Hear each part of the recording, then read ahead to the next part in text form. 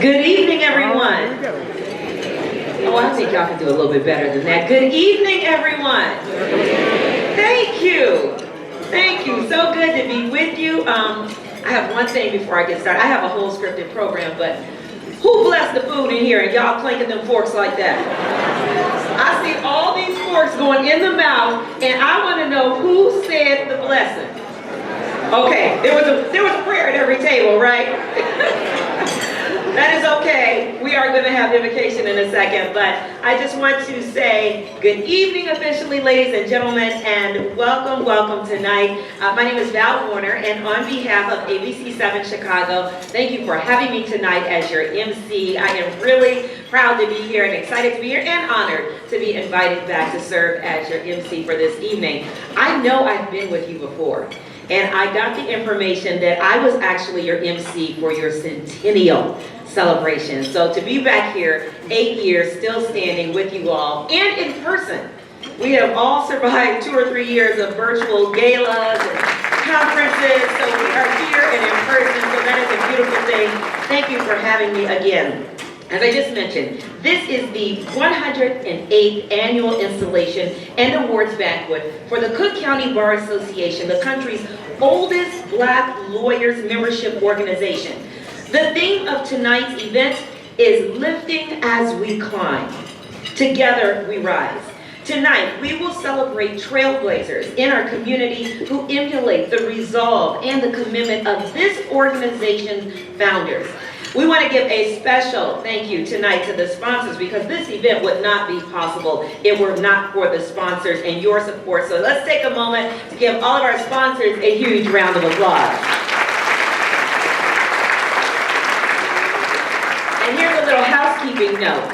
You all have a program. If you're on the program and you're anticipating your name to be called, if you would kindly make your way to the stage and not wait for the name to be called, but kind of be in motion as we're talking about you, that would be greatly appreciated. A little information more about the Cook County Bar Association. You already know the CCBA has been the forefront of legal issues of concern to the Black community for more than 100 years. During the 1919 Chicago race riots, CCBA members defended Black residents who were unlawfully arrested and initiated civil lawsuits for damages. The CCBA has aggressively supported the civil, political, and economic rights of Black communities and its members. So my first duty for tonight, and it brings me great pleasure to do this, I'd like to welcome to the stage Congressman Bobby L. Rush of the 1st Congressional District. That's right, y'all do a little bit better than he will be offering our invitation, and I'd like to take this point and acknowledge that his 29 years of service to the constituents of his district. His trailblazing career has been built on service to the community. He has literally walked with the Panthers to the president. Ladies and gentlemen, Congressman Bobby Rush.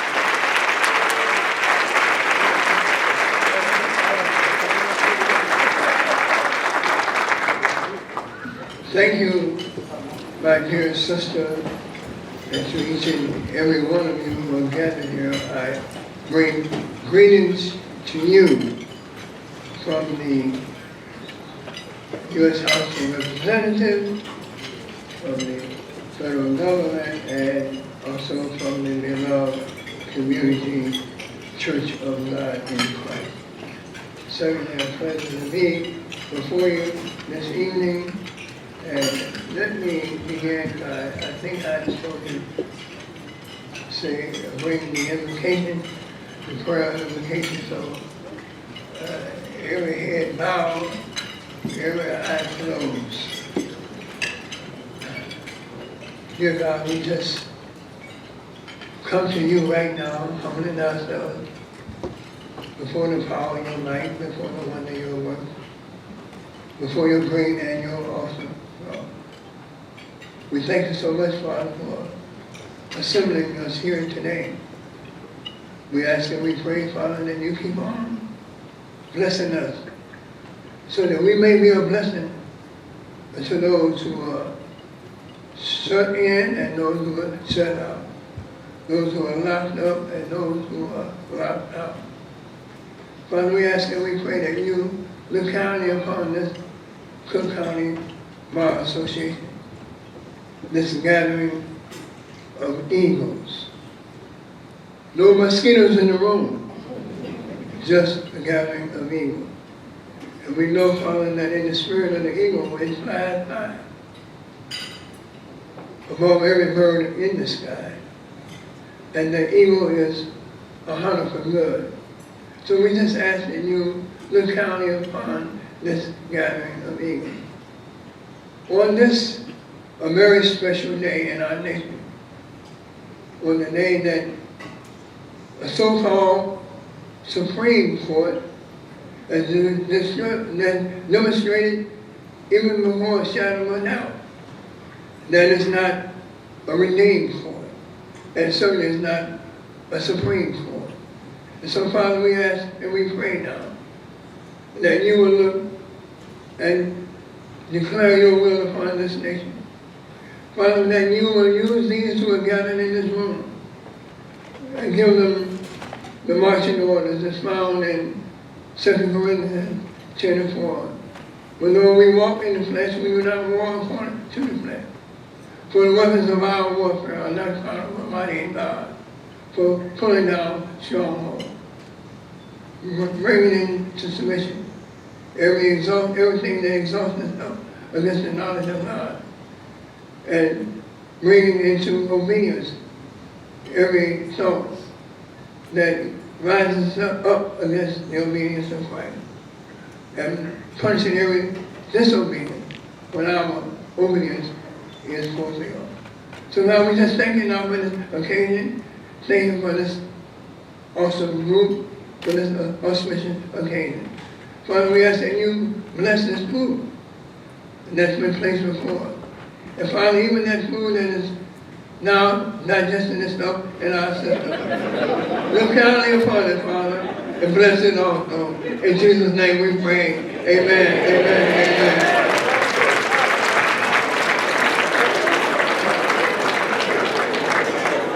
See, I told y'all Congressman Rush was going to make sure y'all got even the food that's in your stomach blessed. Thank you so much, Congressman Rush. Regretfully, our next speaker, Congresswoman Robin Kelly, is unable to join us this evening as she is in Washington, D.C., voting on what we all know is a very important gun safety bill. So we know that that takes precedent, that is priority. It is making its way through Congress. She sends her regrets, but know that she is here in spirit and she is taking care of business. And now, please stand. If you can put the forks down for just a couple seconds. We're going to stand for a musical selection, Lift Every Voice and Sing, after which President-elect Raymond Rushing will take the stand to present our first awards. Everybody, please stand.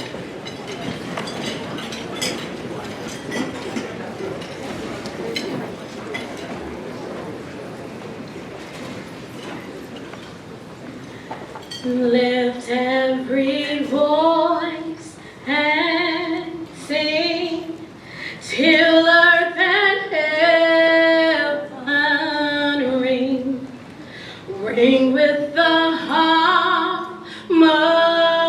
harmonies of liberty. Let our rejoicing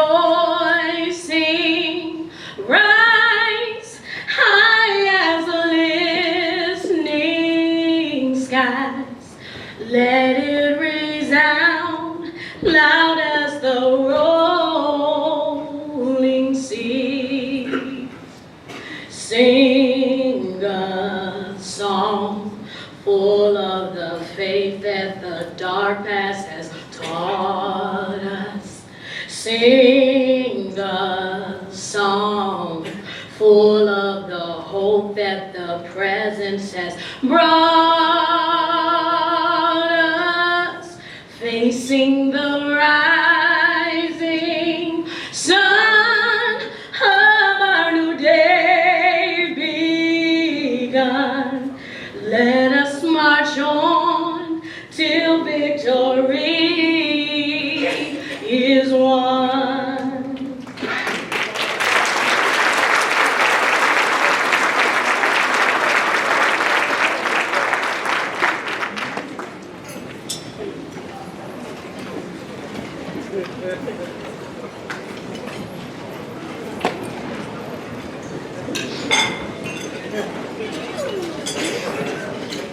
Good evening. My name is Brandon Rushing, and I am privileged to be your 2022-2023 President-elect of the Cook County Bar Association.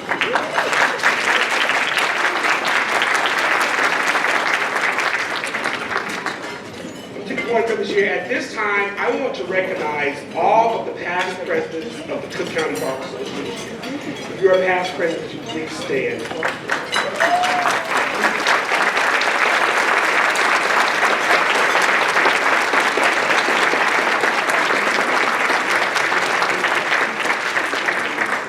We are blessed to even have our very own Supreme Court Justice, Justice DeVille, who is our past president of CCBA, and we're blessed to have his presence and to be in this company tonight.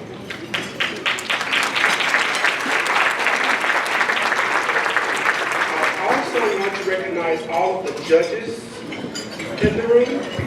All of the judges, if you can please stand and be recognized, please.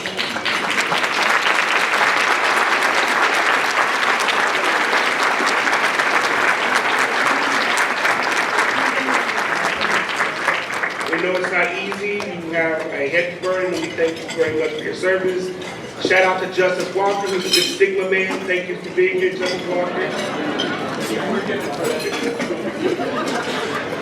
Also, all of the elected officials, if there are any elected officials, please stand. I want to recognize you at this time. Thank you for being in the house tonight.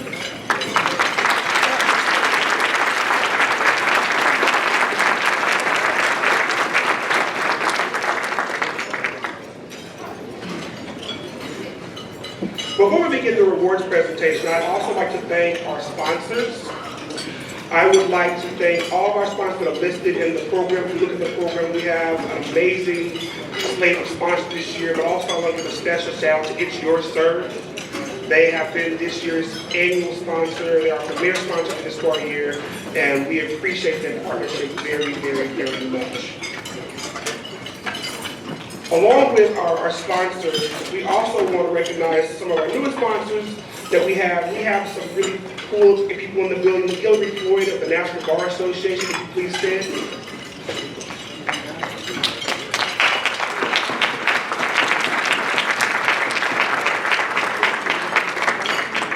He was a sponsor this year of this year's installation. He's current vice president, and he's running for re-election this year at the National Bar. Next, we also have Dominique Calhoun, who's also in the building as sponsor this year. And you can stand.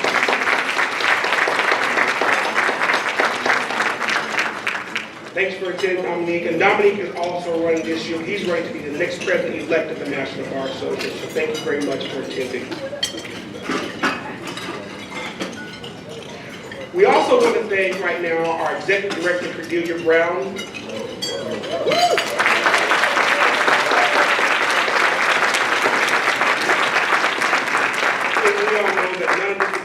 Not this event, not anything that we do during the year. She is instrumental in making sure that the Cook County Bar Association lasts for the next 108 years. So thank you very much. We also want to thank Lisa Young, her assistant, and all the other staff at the CCBA. We also want to thank our Board of Directors. Board of Directors, will you please stand at this time?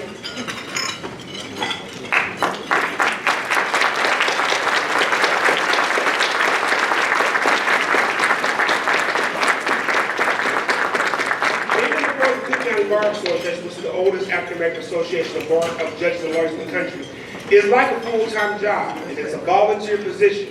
So we sincerely thank each board member for your service to the bar.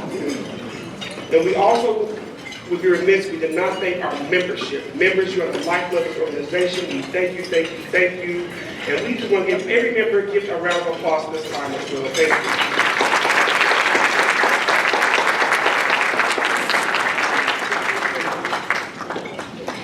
And then also, I would also be a fool if I did not introduce our Attorney General Kwame Raoul, who's in the building.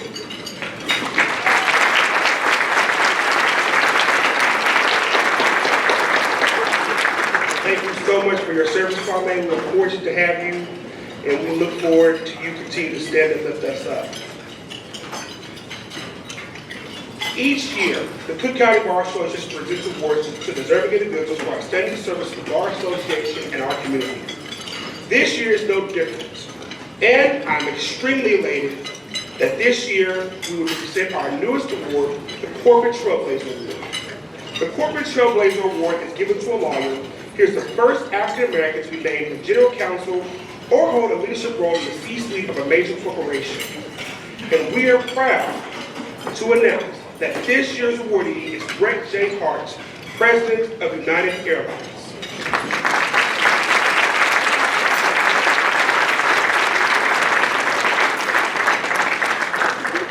As president, Brett is responsible for United's global operations, flight technical and network operations, as well as in-flight services and safety. In addition, Brett leads external-facing functions including government affairs, regulatory, corporate communications, advertising, marketing and community innovation, legal, global community engagement, and environmental sustainability teams. Brett also oversees business-critical functions such as the customer experience, corporate real estate, human resources, and labor relations teams. Previously, Brett served as Executive Vice President and Chief Administrative Officer for United, where he oversaw the company's legal and environmental affairs, corporate security, corporate real estate, and worldwide government affairs, community affairs, and international, regulatory, and policy matters for the airline. Prior to joining United in 2010, Brett was Executive Vice President, General Counsel, and Corporate Secretary at Sara Lee Corporation, where he directed global legal operations for the corporation. After joining Sara Lee in 2004 as Assistant General Counsel, Brett held positions of increasing responsibility, including Deputy General Counsel and Global Compliance Officer. Before joining Sara Lee, Brett was a partner at Sunshine, Knapp & Rosenthal in Chicago. Prior to his private practice, he served as Special Assistant to the General Counsel at the United States Department of Treasury in Washington, D.C. Here to accept the award and offer brief remarks on his behalf is Jessica Kimbrough, Chief Diversity, Equity, and Inclusion Officer for United Airlines.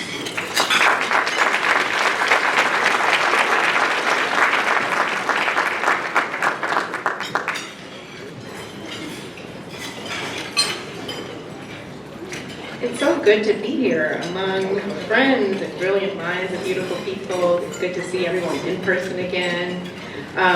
Brett really wanted to be here tonight. I'll start by saying that he really, truly wanted to be here to accept this award in person, but had previous family commitment. So I get to be here with you to accept it and celebrate on his behalf. And I think that we are exactly where we are supposed to be.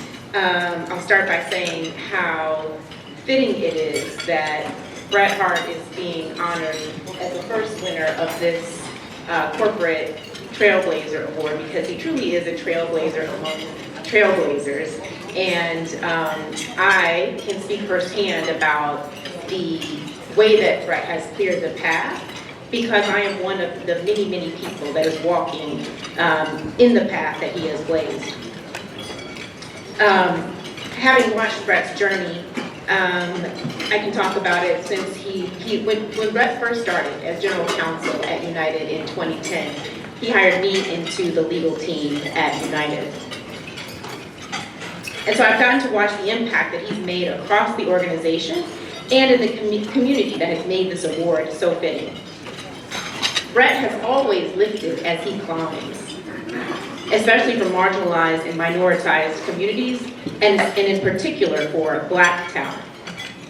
In his role as General Counsel, Brett changed the face of the legal department and the firms that we do business with by requiring hiring managers to consider diverse slates of candidates, and by asking the necessary questions of each of our law firms about the teams handling the cases on behalf of United and individuals managing the relationship, and then making the necessary changes. Now, as president, Brett uses his role to ask those same questions about every aspect of the business. He's also the chair of our Chief Diversity, Equity, and Inclusion Council at the executive level, overseeing me and my job, and our strategy, which is focused on bringing equitable economic opportunity to marginalized groups. Brett's pioneering leadership has also been recognized by the White House recently, as he was appointed to the HBCU Board of Advisors by President Biden. So the list goes on, and I'm Here among a few additional proof points on the list here at the United table of folks that he is opening the door for. I can talk about our pioneering United Aviate Academy in Phoenix, where we used our position as the only U.S. airline to have a wholly owned flight school to train classes in that school and have a goal that 50% of each class will be women and people of color. And in that first class, we far exceeded that goal and have 80% of our incoming class people of color, which is an amazing feat. And when you talk about economic opportunity, our top of scale pilots can make over $400,000 a year. And so the young people coming into that academy are not only changing their own economic opportunity, but their families for generations to come. I can talk about our involvement in 110, which Brett championed. If you haven't heard of 110, it is an organization of about 60 companies at the moment that are focused on 1 million jobs for Black talent over the next 10 years that don't require a college degree and that are family-sustaining jobs that are not at risk of automation. So we are using our jobs at United Airlines to support that effort and to help lead the way in the community of practice there. So many points of proof that I'm proud to be here to celebrate Brett and this Corporate Trailblazer Award. And I also want to take a moment to congratulate Natasha on her new role here with the Cook County Bar Association. And her new role at United Airlines. And Natasha, I just want to encourage you, as Brett would if he were here tonight, as you blaze your own trail at United Airlines and anywhere your career takes you. We appreciate you. Okay, thank you. Have a good night and enjoy.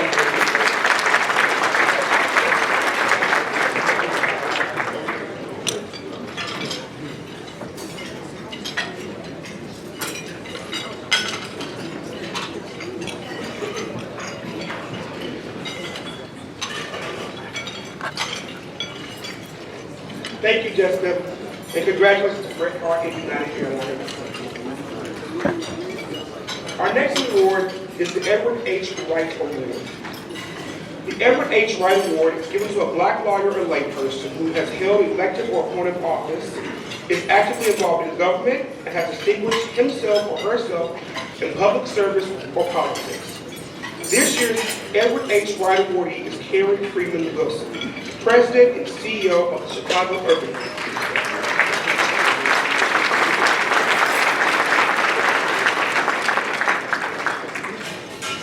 Karen Freeman Wilson began serving as President and CEO of the Chicago Urban League in January 2020. She brings a passion for equity and social justice to the organization, which works to advance economic, educational, and social progress for African Americans through direct service and advocacy. Having served the public arena most of her professional life, Freeman Wilson has deep experience addressing issues that impact urban communities. She was mayor of her hometown of Gary, Indiana, from 2012 to 2019, and she was the first female to be the city of Gary and the first Black female mayor in Indiana. Freeman Wilson's mayoral accomplishments include job creation, completion of a $100 billion airport runway relocation, and the development of key areas in the city. Freeman Wilson previously served as Indiana Attorney General, Director of Indiana Civil Rights Commission, and presiding judge of the Gary City Court. She also served as Executive Director of the National Drug Court Institute and CEO of the National Association of Drug Court Professionals, where she is currently board chair. Please welcome Karen Freeman Wilson.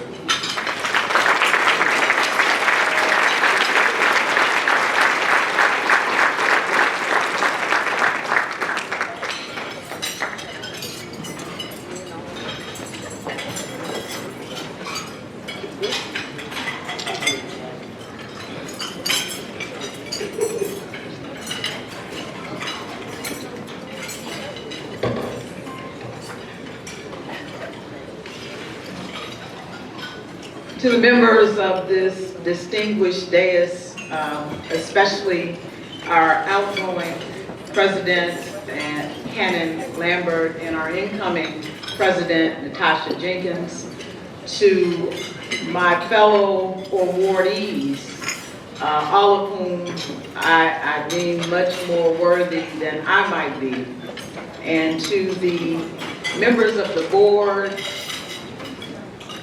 as well as the membership and friends of the Cook County Bar, good evening.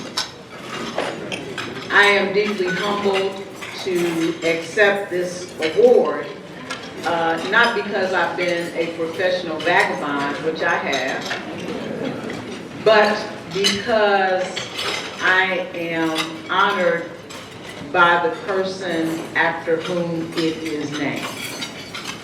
And were I to have lived in Mr. Wright's era, I don't know that I would have been fit to carry his briefcase. And while I'm grateful for that lengthy introduction, I learned a long time ago that it's not about who I am, but it is about whose I am and how God has been able to use me. And that is essentially the essence of your theme. And so to the extent that I have been able to do anything, it is because of a supportive family. My husband Carmen is here, and our daughter Jordan is here. And it is also because I have been blessed to work with some of the hardest working people that I've met at the Chicago Urban League. Don't tell the folks in Gary I said that. And they are here today. You know, when I thought about your theme, Lifting as We Climb, it is not an accident that we are here on the day that the U.S. Supreme Court openly assaulted a longstanding precedent that provided reproductive justice. And while you may say that you are for or against abortion, it's not really about that. It is about a woman's right to choose.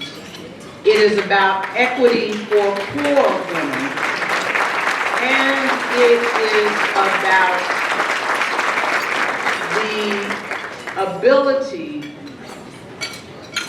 for people to understand that legal precedent has to stand for something. Because if it is Roe versus Wade today,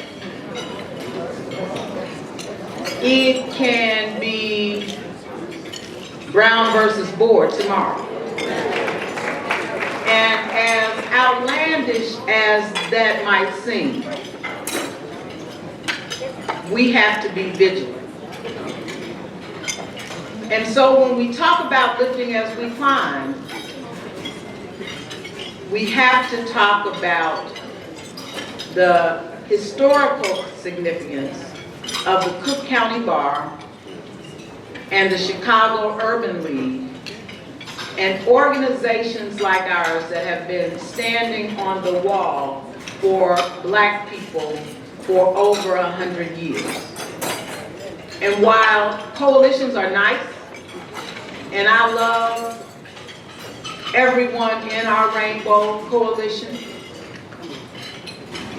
Black people need Black lawyers and Black freedom fighters to stand for them. And that has not been any more truer today than at any other time in our society. And yes, we have achieved a lot, but don't sit there thinking in your home in the suburbs or penthouse in the city. As you drive what you drive and you wear what you wear and you have the shoes that hurt your feet and cost a lot, don't think for a minute that we have overcome. And so it is with a distinct sense of resolve and commitment to continue to ride for Black folks that I accept this award and simply leave you with the words of the prophet when he said, "Whom shall I send? Who shall go for us?" It's not just the words that I need to say, but it's the words that I challenge you to say. Here am I, Lord, send me. Thank you and God bless you.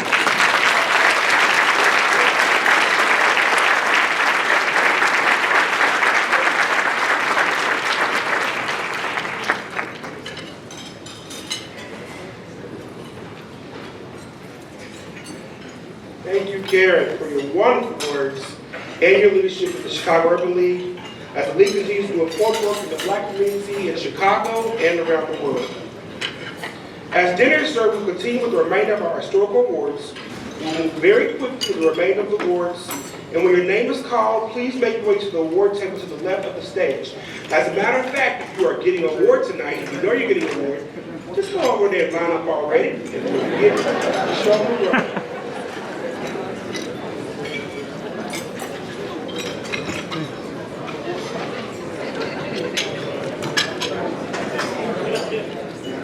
Our next award is the Donald Hubert Award. The Donald Hubert Award is awarded to an attorney or layperson for outstanding leadership in developing and promoting the CCBA ethics and professional program. This year's awardee is Monique Patton Woody.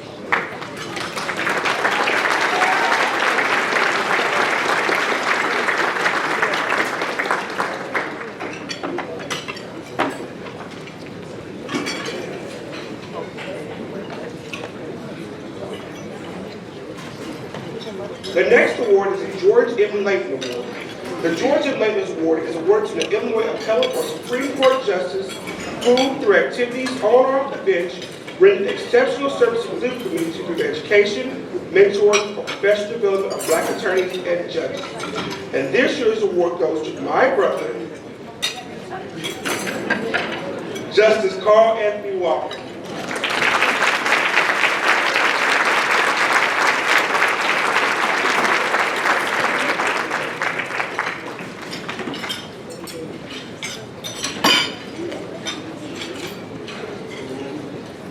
Next is the William R. Meek Award. The William R. Meek Award is awarded to a lawyer or layperson for dedication and substantial contribution to the cause of civil rights and individual liberties. This year, we recognize two deserving lawyers, and you probably read about these lawyers in the news. Shay T. Allen and Keenan J. Stalter.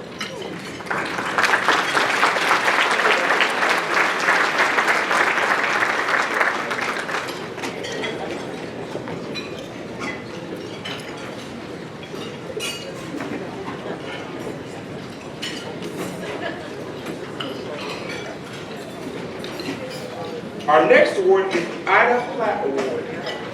Ida B. Platt Award is given to a Black lawyer or layperson who is elected or appointed to a position or accomplished a rare achievement and is the first Black to do so in a given field. This year's awardee is Dr. Ngozi Ezike, the first Black woman appointed to be president and CEO of Sinai Chicago.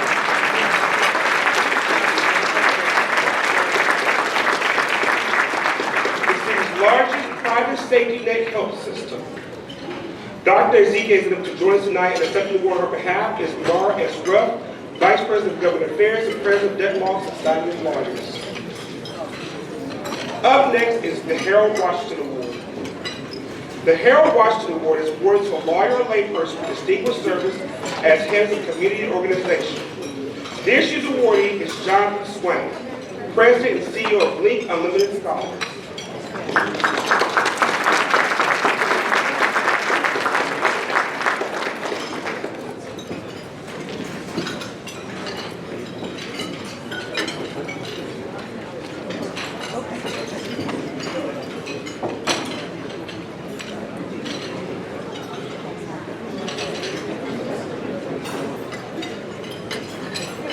Our next award is the Richard E. Westbrook Award. The Richard E. Westbrook Award is awarded to a general practitioner for outstanding legal excellence. This lawyer is independent in his or her thought process and has contributed money and time to promote and enhance the law. For the first time, this award is given to not only an individual, but also to a firm. This year's awardees are Chapman and Cutler and Eileen Les. Accepting the award on behalf of Chapman and Cutler is Shannon Burke, Professional Development, Diversity, and Program Manager for Chapman.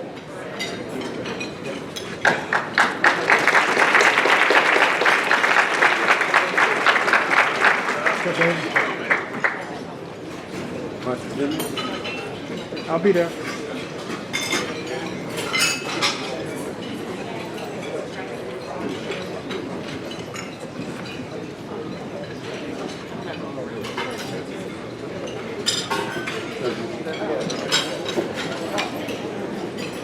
The next award is the J. Ernest Wilkins Award.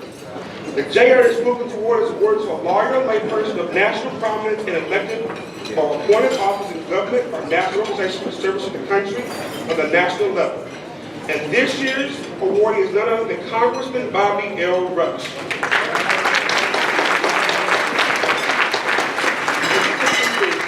We all know Congressman Rush. He is a transcendent and influential American leader who keeps his legislative and policy interests focused on the needs of his constituents in the 1st Congressional District of Illinois, with an emphasis on the most vulnerable and the communities that have been left behind. He believes deeply in the redemptive power of the human spirit and in human ingenuity and tenacity. In office since 1993, Congressman Rush stands on the shoulders of a long line of patriots and public servants who have gone before him and who are ardent believers in our Constitution. Again, who are ardent believers in our Constitution. Congressman Rush's life is an example of our nation's fundamental promise, and his work reflects a deep determination to defend the arc of government resources and innovation towards the needs of every American, whether they live on our nation's main streets or its side streets. Congressman Rush fights every day for his constituents to improve their lives, grow the economy, bring jobs to the district, and build a stronger middle class. Ladies and gentlemen, Congressman Bobby Rush.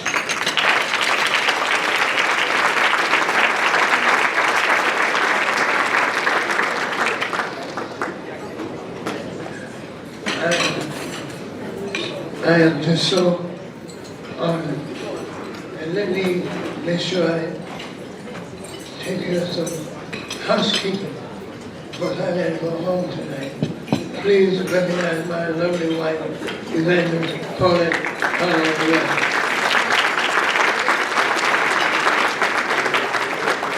You know, I accept this award in deep humility. I'm so honored to be before you. I want to thank all the board members, all the members of the dais. I want to give a special shout out to the incoming president, Natasha Jenkins. I was her pastor a few years ago, if you remember, by the church, when she was in high school. I grew and developed, and I was there, and then her best fan and her strong support, and I know she's extremely proud of Natasha Jenkins. As I stand before you, I think of many outstanding honors. I think some of you are sitting here, but I think of those who have gone on before. I think of Kermit C. Coleman, the head of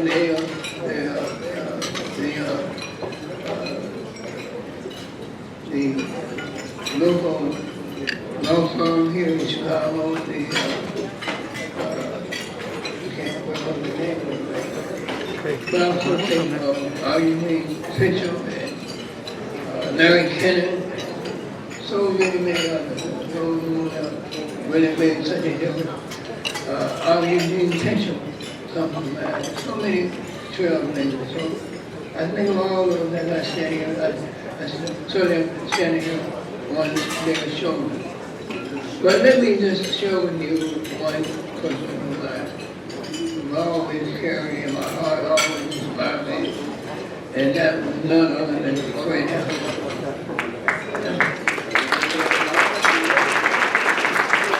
You see, when I look out at you, and I look at so many young lawyers, and I look at some of those who have accomplished so much, yes, Attorney Ben Crump, I think of Fred Hampton and what he would have been had he lived. Fred had a deep-seated desire to be a lawyer. Some of you, if you have ever looked at that movie,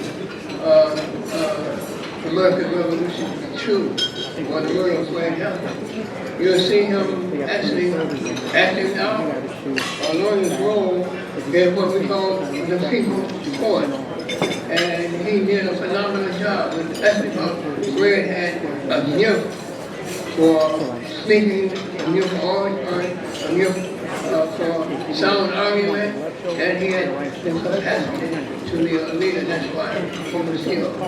So I tell you, if Fred had lived, then he certainly would have been a candidate for the Supreme Court,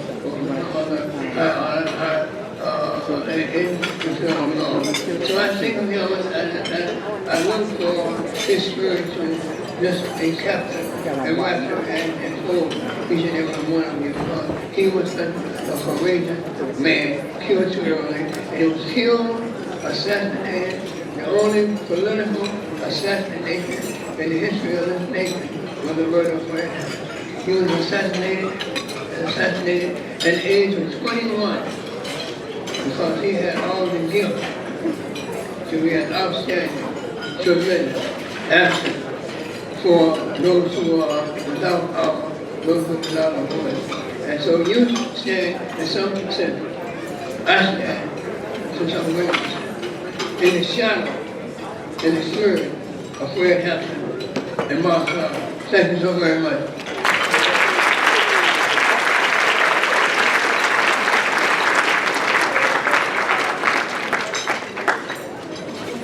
Thank you so much, Congressman Marshall.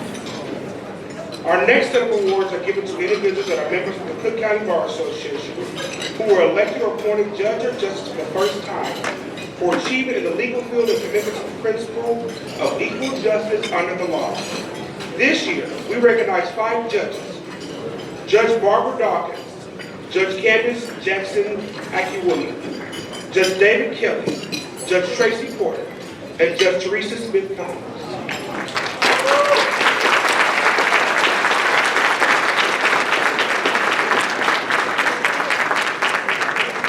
We also wish to recognize newly appointed judges John Wilson and Ruth Bedino, and recently elected Judge Taisha Smith.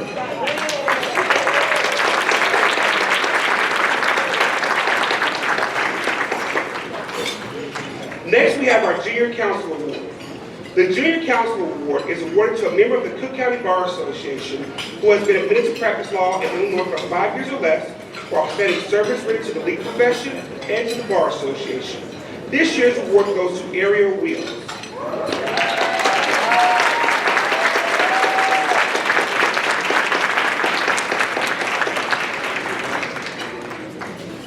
Our next awardees are recipients of the Senior Counsel Award. The Senior Counsel Award is awarded to a member of the Cook County Bar Association for membership in the Bar Association for at least 40 years. This year, we recognize past presidents Yuri Clark, Harriet Parker, and Sharon Strickland.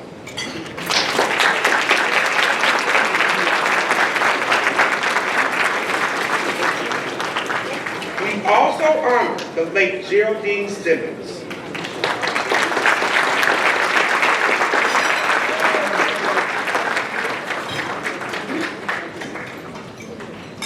Finally, we have our Meritorious Service Awards.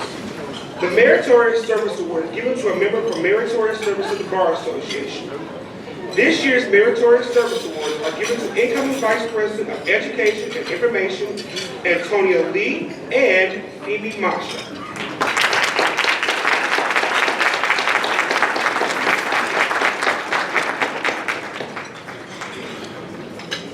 also honor the late Ngozi Okorafor.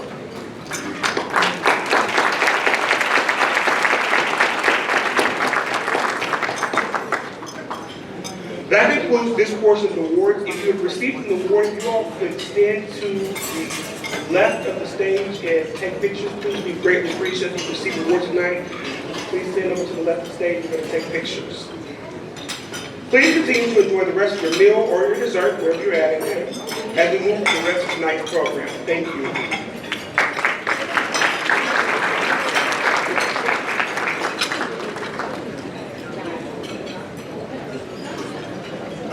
Thank you so much, Raymond. All right, how was dinner? Really good, right? Let's give our staff here at the Hyatt a round of applause for their consistency and excellence in food and service. And again, thank you to Roosevelt Moncure Jr. So at this point, ladies and gentlemen, because we've kind of wind down through dinner, most of you have your dessert, so you will be able to give our next speaker your full attention. It is my distinct honor to introduce to you our next speaker. Through his work, nationally renowned civil rights and personal injury attorney Benjamin Crump has spearheaded a legal movement to better protect the rights of marginalized citizens. He has led landscape-changing civil rights cases and represented clients in a wide range of areas, including civil rights, personal injury, labor and employment, class actions, and a whole lot more. His accolades are many, including Most Influential People of 2021 by Time 100, Ebony Magazine's Power 100 Most Influential African Americans, the National Trial Lawyers Top 100 Lawyers, and the 2014 NAPA Newsmaker of the Year. Attorney Ben Crump is referred to as Black America's Attorney General. Please give a warm welcome and round of applause to Attorney Ben Crump.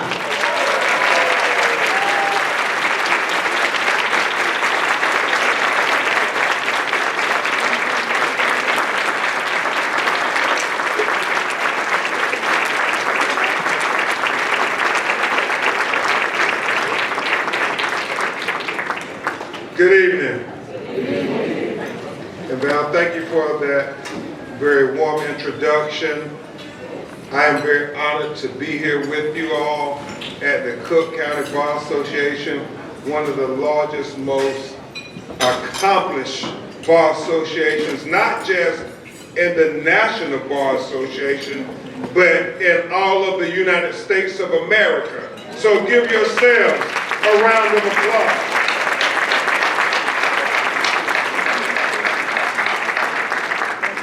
Before I have my conversation with you this evening, I would be remiss if I didn't recognize some special people who helped me along my journey, not just as an attorney, but in life.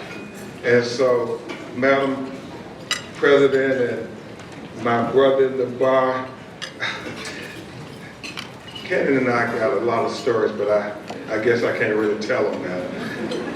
But President Jenkins, I would ask for a moment of personal privilege to acknowledge some of those NBA stalwart lawyers, those National Bar Association lawyers from here in Chicago that really has been the foundation for black lawyers in America.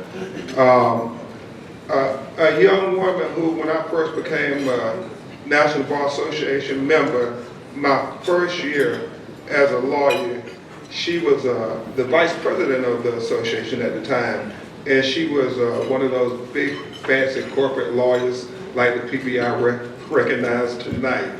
But she did not think it robbery to take me under her wing and mentor me, so much in fact that we are literally like family. She's a big sister to me, and I know it's been a trying year for her. She lost her husband, and I just want to always let her know that just like she was there for me, I will always be there for you. Attorney Deborah Matlock.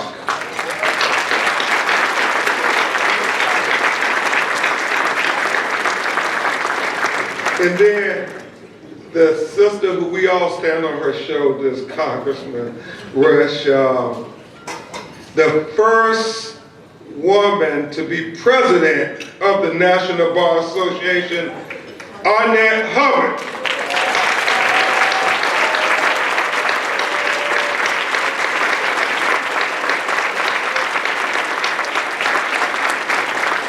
We talk about a trailblazer. And then past President Juan Thomas, good Omega man, why are you here?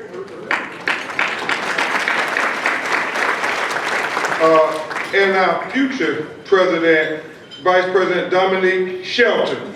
We recognize you. You're looking sharp tonight. A sister who always represents Chicago well, Ellen Douglas, former Vice President of the National Bar Association.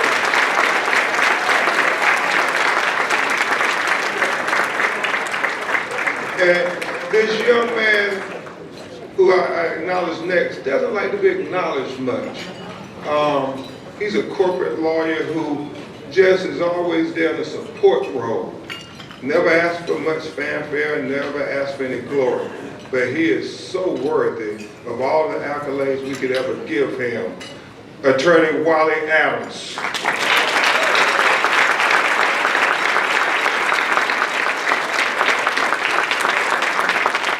And then a former regional director, when I was president, Chicago won the Region 1 Region of the Year, and she was the reason for it. And her and Kim Fox and others did so much good work representing not just Chicago, but black lawyers. And that is Arlene Coleman.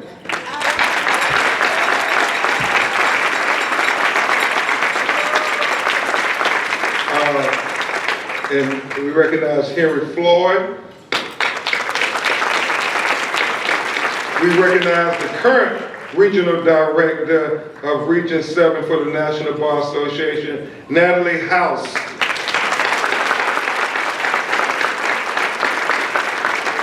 And then we absolutely must recognize a National Bar Association stalwart. When I think of Chicago judges, I think of this strong black man, Judge John Steele.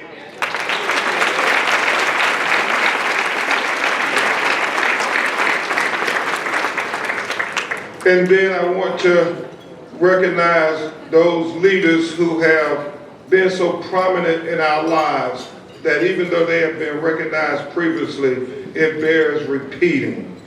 I will never forget Congressman Bobby Rush. And it's hard to believe it's been 10 years ago since 17-year-old Trayvon Benjamin Martin was walking home minding his business with a bag of Skittles and a can of iced tea, talking to his high school friend on the phone, when a neighborhood watch volunteer with a 9mm gun profiled, pursued, and shot him in the heart.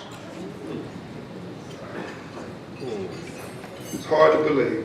But I will never forget when our leader, Congressman Bobby Rush, stood up on the floor of the United States Congress with a hoodie on and said, like Trayvon, I am a BMW, a black man walking. And what that means is any day I can be shot and killed in America. And when the white person says, stand your ground, they get to go home and sleep in their bed while I go to the morgue. I will never forget that, Congressman Rush. Thank you, not just for me, but on behalf of Trayvon Martin's mother and father, Sabrina and Tracy Martin. Thank you.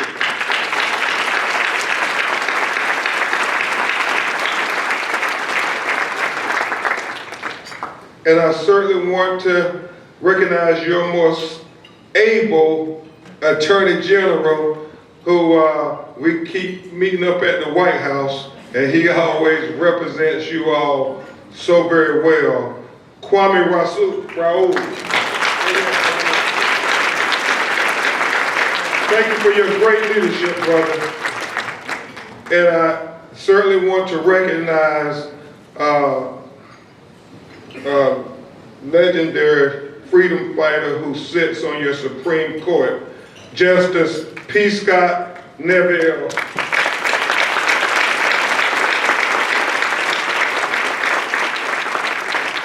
Who told me, and I got it, Judge. We're going to talk a little bit about voting and some other things that are important to our community and our children's future. But I would just acknowledge President Jenkins, a couple of more people. I want to recognize Mr. Ken Rye. You all may not know Ken, but you've heard of him because I know Val Warner and everybody else in Chicago media has covered the story of his mother, Gwendolyn Osborne. And, you know, we have to fight injustice anywhere rears its ugly head, this bias and this racism. And Gwendolyn Osborne was the best that we had to offer society. She was a pioneering journalist. She was one of the first black women journalists to be on television in Cook County. She was living in the senior center, and just about 3 or 4 weeks ago, Cam, some corporate executive decided to put profit over safety and refused to turn on the air conditioner. And 3 black angels, 3 black women died. Probably one of the most horrible deaths you could imagine. Heat exhaustion. But Ken Rye, I want you to know, I'm a black lawyer, and like one of the previous speakers said, we stand up and we fight for our people. And we will be fighting for your mother to get full justice. Mr. Ken Rye, your mother is remembered tonight.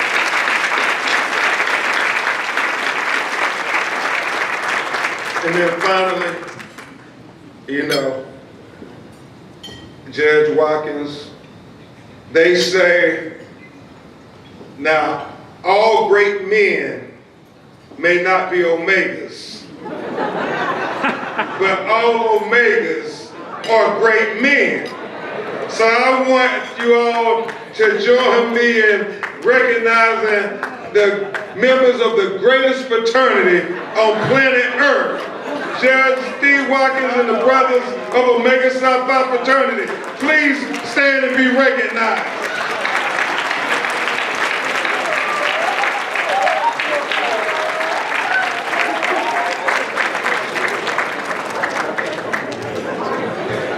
Thank you.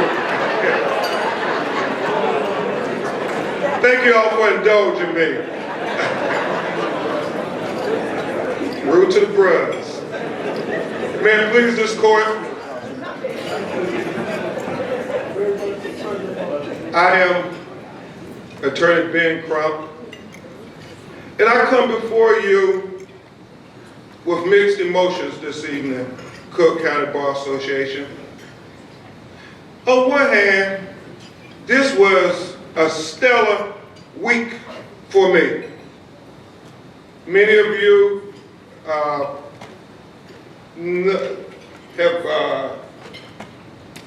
came up to me and you said, congratulations, because you watched the movie that was released worldwide on Netflix entitled Silver, that followed me for the last 18 months from 2020 up into 2021, chronicling my representation of George Floyd, Breonna Taylor, Ahmaud Arbery, Dante Wright, and so many others. And it was humbling when Netflix told me that 6 million people around the world watched Silver on the first day it was released, Juneteenth. We won the Critical Audience Award from the Tribeca Film Festival, and we made history because it was the first time that a documentary opened the American Black Film Festival.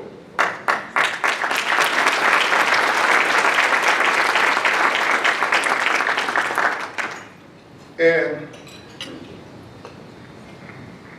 this 24 hours ago, I found out something else pretty amazing, historic in fact, landmark. We argued before the Massachusetts Supreme Court 9 months ago on a case, Cannon, that I have been working on for 6 years, representing a black woman, Tamara Lanier, who has sued Harvard University to get the slave photographs known as the daguerreotypes, some of the earliest known photographs still in existence in the world today, that had as subjects her great-great-great-grandfather Papa Renty and his daughter Delia, who the racist Harvard professor Louis Agassiz, who was putting forth a theory that black people were inferior at the same time in 1850 when Abraham Lincoln was proclaiming the Emancipation Proclamation. And Harvard was backing him. And to get ocular proof of his racist theory, he went down to Columbia and Charleston, South Carolina, looking for a pure African, one that had not been raped by the white slave masters. And he found Papa Renty and his daughter. They stripped them down naked and they made them pose for these photographs, trying to prove that black people were inferior. These pictures today is believed to be worth $100 million. And they're in Harvard's possession. And what Tamara Lanier promised her mother on her deathbed is that she would tell their future generations about Papa Renty, and that he was not insignificant, and he was not irrelevant, and he was not inferior, that he was a proud man from Africa who had educated himself and spoke 2 languages. Little did she know at the time that Papa Renty was featured on all these magazines, all these movies like Roots and so forth, that was her grandfather, but she proved it through genealogy and also doing something that black people were never supposed to be able to do as a consequence of slavery, and that was to trace her roots. She traced them back, and she told Harvard that this was her grandfather, presented all the evidence, and Harvard treated her just like they treated her great-great-great-great-grandfather, Papa Renty, as if she was irrelevant and insignificant. But this black woman would not give up. She had the fortitude, Congressman Rich, to sue the Goliath, known as Harvard University, when everybody told us, President Jenkins, that, man, how the hell y'all think y'all gonna bring a case 170 years old? But I remember that she said they told her Papa Renty that nobody would ever know their history beyond their life. And so this sister persisted, and yesterday we got a call at 9:30 in the morning saying, after 9 months of waiting, that the Massachusetts Supreme Court was finally going to issue their ruling in what I believe will be a landmark case, Lanier v. Harvard. And we started praying. And thank God, the Supreme Court, led by the first black woman in Massachusetts Supreme Court history, rendered a unanimous verdict denying Harvard's motion to dismiss saying that finally that black woman will have her day in court to expose the racism and bigotry that was not only endorsed by Harvard University, but was celebrated by Harvard University. And I submit, if we speak in truth to power, that they're still complicit in today. And so it was a pretty good week, but I still have a heavy heart, because when I think about the movie, the documentary being released, Civil, it was 3 weeks after a young white supremacist man, not boy, went into a grocery store in Buffalo, New York, and based on his own words, said that he was going to try to kill as many black people as he could. And I kept thinking about Civil. Kenya Barris is the executive producer. He created the hit television show Blackish and wrote the film Girls Trip. But he said it's not just enough to put that part of the black experience on screen. We also have to put the other part of the black experience on screen, being Crump, and that's about us fighting for our children not to be targeted by a racist criminal justice system. And so, yeah, and that's Kenya Barris. I give him a lot of love, because, you know, he could have did anything. He chose to use his resources for that. And it is directed by the brilliant young Afro-Puerto Rican director Nadia Hallgren, who directed a little film that you all may have heard of about your homegirl becoming Michelle Obama. And so she did a fantastic job of trying to not only tell my journey over the last 18 months, but really the journey of black lawyers, black communities, and black America. And in doing so, we have to acknowledge this current mentality that's festering in America, that there is this uptick of this white supremacy, this violence, this just bigotry. And I kept thinking, you know, we have to, at this time more than ever, and that's why I thought the release of the documentary was so very relevant, because we try to champion tolerance and respect versus the race replacement lynch mob mentality that you hear on certain cable news networks every night that about 50% of America watches. And we have to champion humanity over white supremacy or any other kind of superiority complex based on fallacies. And we have to champion being civil. We have to champion trying to engage in civil behavior versus people resorting to violence for all their solutions.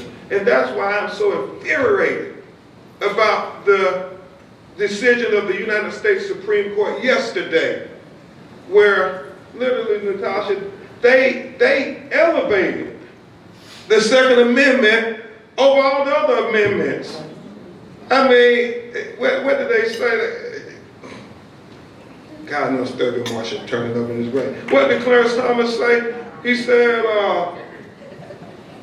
Justice Lavelle, he said that the Second Amendment in many ways is more prominent than the other amendments because it gives us our right to self-defense. How asinine is that? It's almost as if they're encouraging violence over life, even though they're supposed to stand for life. I guess they care about us black people up until the time we're born. Y'all will get that in the parking lot. So, now more than ever, y'all, we have to let our children know that we're fighting for their future. You know, Ben Franklin said that democracy is like two wolves and a lamb voting on what to have for lunch. Man, you ain't got to be as smart as Natasha to know who gonna win that vote. But he said liberty, liberty is making sure that that lamb is well armed to protest that vote. So what we have to do, brothers and sisters of the Cook County Bar Association, we have to make sure that young lambs of color are well armed to protest the school to prison pipeline. We have to make sure that they are well armed to protest the prison industrial complex. We have to make sure that young lambs of color are well armed to protest voter suppression. We have to make sure that young lambs of color are well armed to protest medical racism. We have to make sure that young lambs of color are well armed to protest banking while black and economic injustices. We have to make sure that young lambs of color are well armed to protest environmental racism that will see communities like South Central LA, young people have a third of the lung capacity than that of white children 15 miles down the road in Santa Monica, California, because in our neighborhood it is legal to have toxic, pollutant, poisonous chemical plants where our children play and go to school and live every day. And that's why we have to make sure young lambs of color are well armed to protest. We got to make sure they're well armed to protest reproductive racism that will have just 4 years ago, as I wrote in my book, Open Season, where a white judge, and he's not alone, stood up in open court and told a young 24-year-old black man that I will knock 5 years off your 7-year sentence if you agree to be sterilized. All right, it gets worse. Then California Human Services found that many black and brown women who was incarcerated had been coerced into having forced sterilization, much like the Mississippi appendectomy that was done in the 60s, where black women went into the hospitals to get routine medical checkups and routine medical services like Fannie Lou Hamer, and unbeknownst to them, they were sterilized. That's what we're fighting. We got to make sure our young lambs of color are well armed to protest, not with bullets and guns and violence, but with diplomacy, with intellect, with strategic thinking. That's the only way we're going to win this war. We won't win this war with violence. What we have to do, all of us have to commit to make sure that we will make sure our children are more intelligent than those who will seek to oppress them.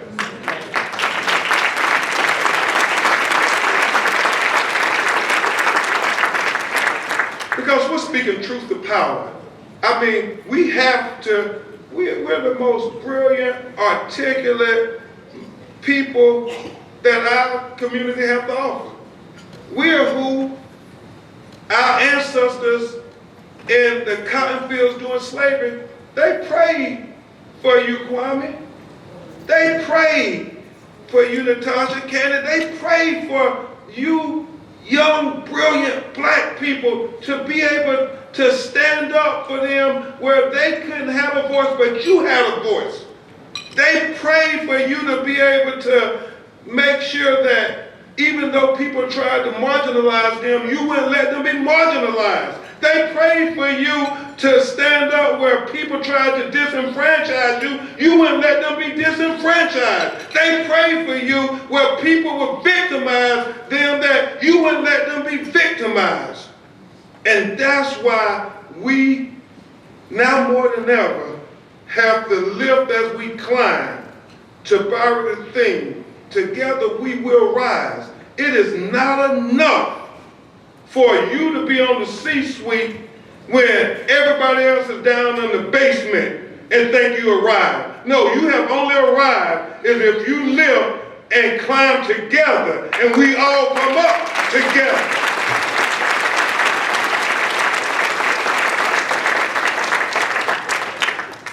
And we have to speak truth to power, Congressman Rush, even if it's unpopular, even if it's controversial,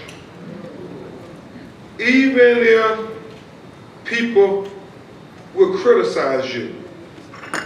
The one time I met my personal hero, Thurgood Marshall, I had an interaction. I met him twice, but the one time I had an interaction with him was when I was in my last year of college, and like a lot of the black students, we went to the United States Supreme Court, and you know, they have the ceremony, and the judges come out on the bench in their robes, and then afterwards, the justices get off the bench and they come and they talk to the different groups. And so I was there with other students from historically black colleges and universities, Florida A&M, Bethune-Cookman, Howard, Tennessee State. It was about 30 of us, maybe 40, Deborah. And Justice Marshall came over there, you know, he was older. He was in his, I believe, the second to last year before he retired from the bench, and then 2 years later he subsequently died. But I never forget Justice Neville when Justice Marshall told us when he came over to us young black aspiring lawyers. He said to us, and it is with me every day, he didn't come and tell us about legalese or jurisprudence or any of that stuff. Justice Marshall said, you young, brilliant lawyers, y'all are going to be young, brilliant lawyers, and I want you all to go all across America, and I want you to argue what is right. He didn't say nothing about go argue what is legal. He said go argue what is right. And we have to always know that, y'all. We got to stand for right. We can never, ever be neutral or silent. That ain't what our people died for. That ain't what they sacrificed for. That ain't what they got up to catch the early bus for and clean other people's toilets and raise other people's children to make sure you got this position, you got this influence, you got these resources, you had the voice, and when it was time for you to speak, you were silent. That silence is betrayal. I think so often about Breonna Taylor, and you know, somebody had to know, every time police officers came and said, we want to issue an illegal, unconstitutional, no-knock search warrant, that they were only issuing those things at Louisville against black people. Somebody should have known that in Minnesota, when the police were executing chokeholds, even though black and brown people in Minnesota only make up almost 20% of the population, but when the police chose to choke somebody using the chokehold like George Floyd, they did it 84% of the time against a person of color.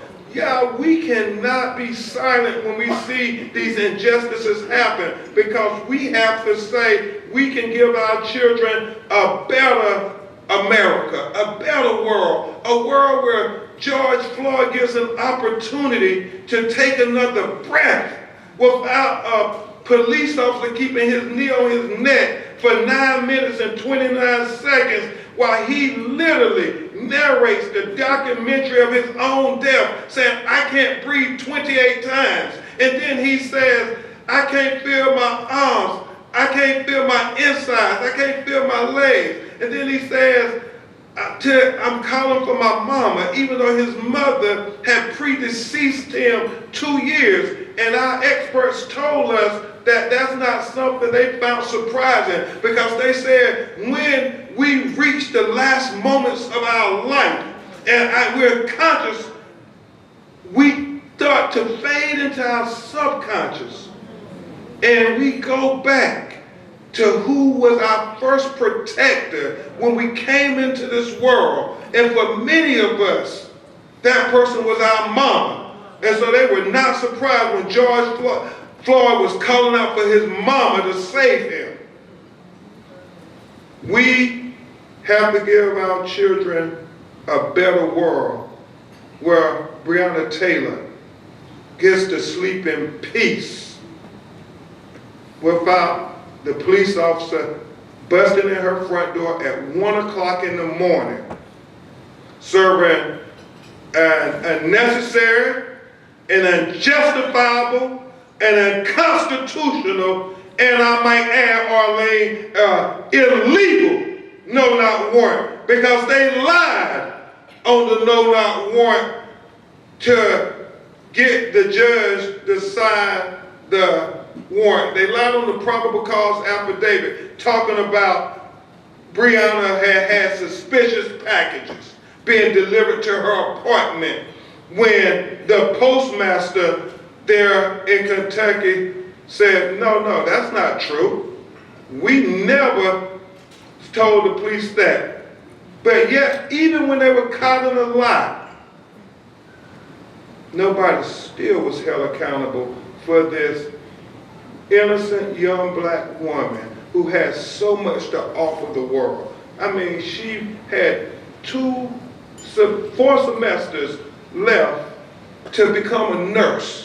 She was working as an EMS, Natasha. She was working 2 jobs during a pandemic, fighting to save people's lives. She was the best of us, but it didn't matter that the police lied on her, because it's like Malcolm X said,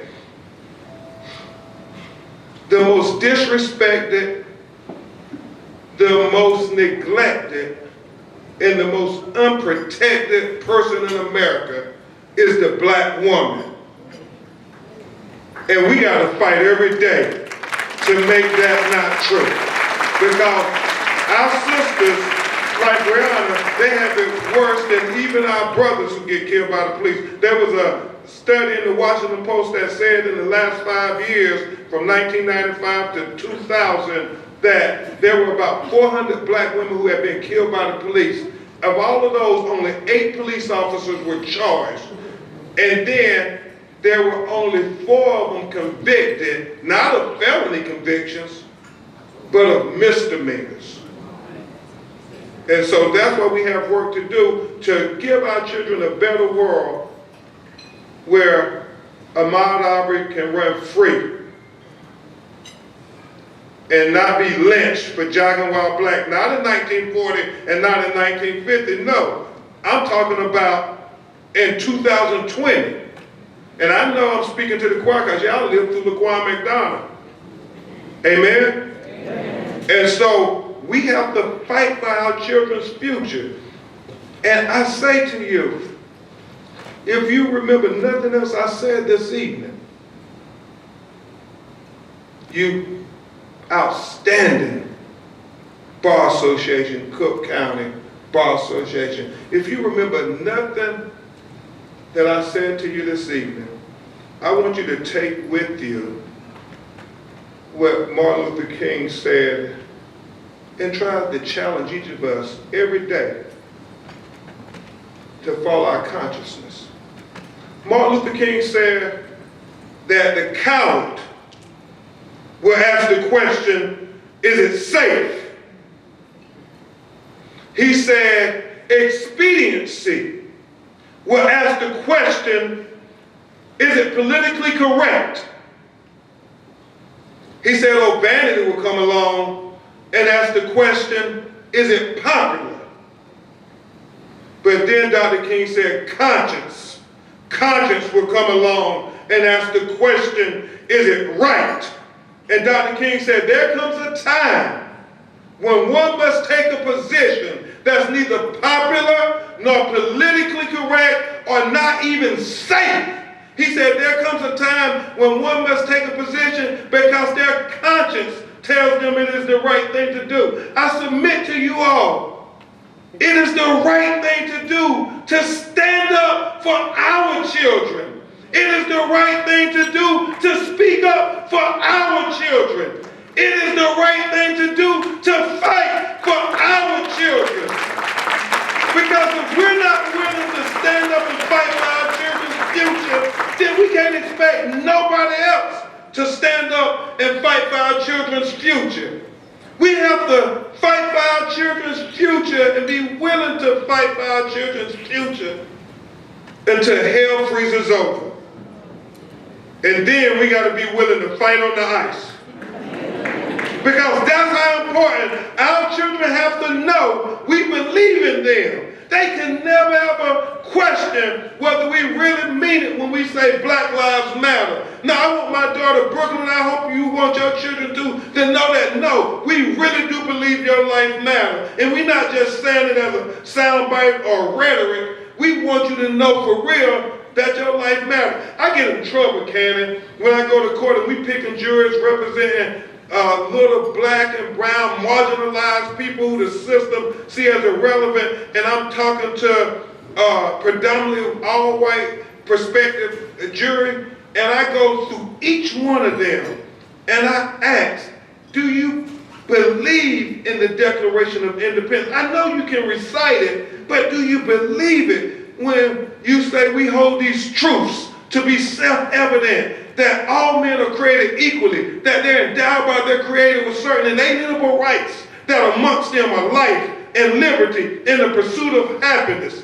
Do you really believe it? Do you believe that applies to black people and brown people and Asian people and LGBTQ? And I go one by one and I keep making them all commit, and then the opposing counsel will object and the judge say, okay, Attorney Crump, move on. And I say, no, Judge, no. Because if they are not willing to commit that this dead black boy who was shot in the back has the same rights as the white police officer that shot him, then this case is over before it begins. We got to make them make these words be real and not just rhetoric, because our very children's life on the line. You see what's happening in the Supreme Court. 10 innocent black people got shot in Buffalo, New York. God knows how many little brown children got shot in Texas. And the Supreme Court would expand the Second Amendment rights?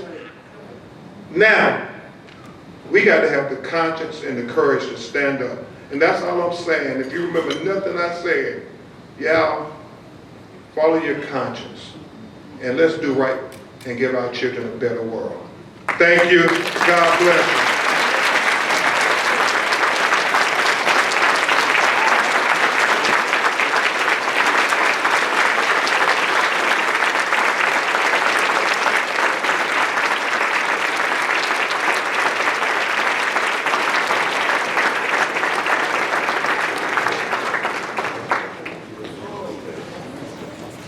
Let's give Attorney Ben Crump another round of applause. Lots to tuck away and take away with us tonight. Thank you for your words of encouragement and for your work that you are doing for us. And now I'd like to ask the outgoing President, Cannon Lambert, to take the stage for the presentation of the Presidential Awards, after which the Honorable Sharon O. Johnson will install the Board of Directors and also the officers. The Honorable P. Scott Neville Jr. here at the end of the table will then install President Natasha Jenkins. So please give all of them your attention and a round of applause as we welcome them to the podium.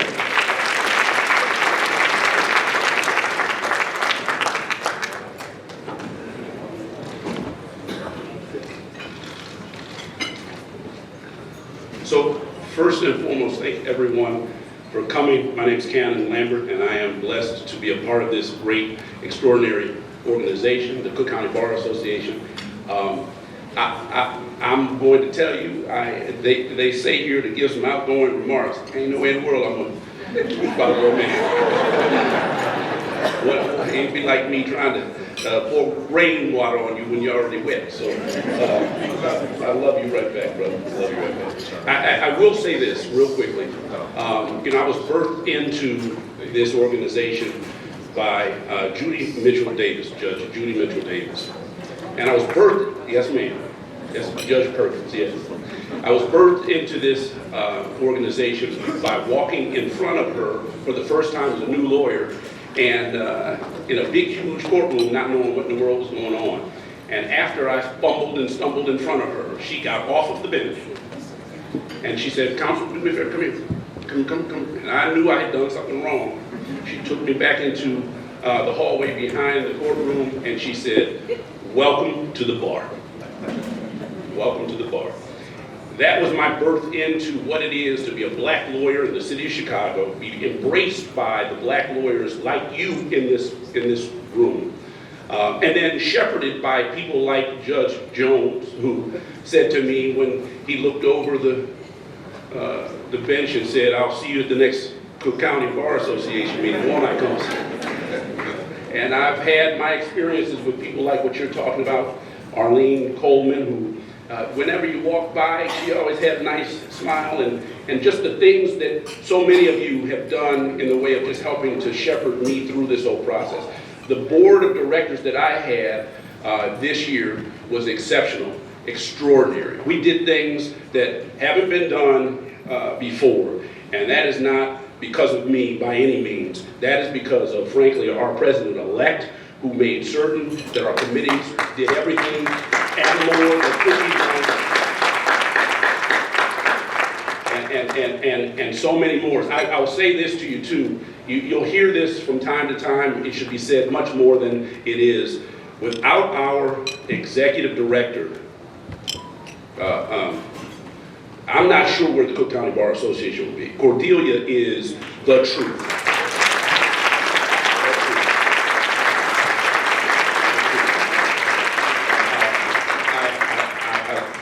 I'm really not going to say much. I am going to say one thing, that each and every one of you that is here supporting the Cook County Bar Association, whether you're a member or not, thank you. The members of the Cook County Bar Association know this. With that woman right there, we are in good hands.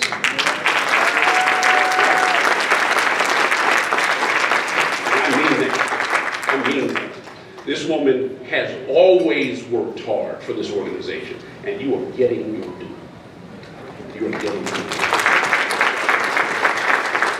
With that, I'm just going to say this. There's a few presidential awards that I would like to extend.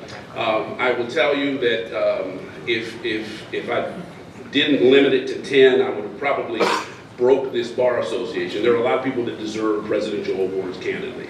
So forgive me. You'll curse me when I leave, but these are the people that I just really want to say thank you to.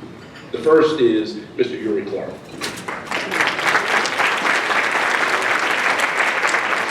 Past President Uri Clark. Past President Uri Clark continues to show what it is to be a member of this organization. He continues to help us with our judicial evaluations, and he's as involved now as he has always been, so thank you.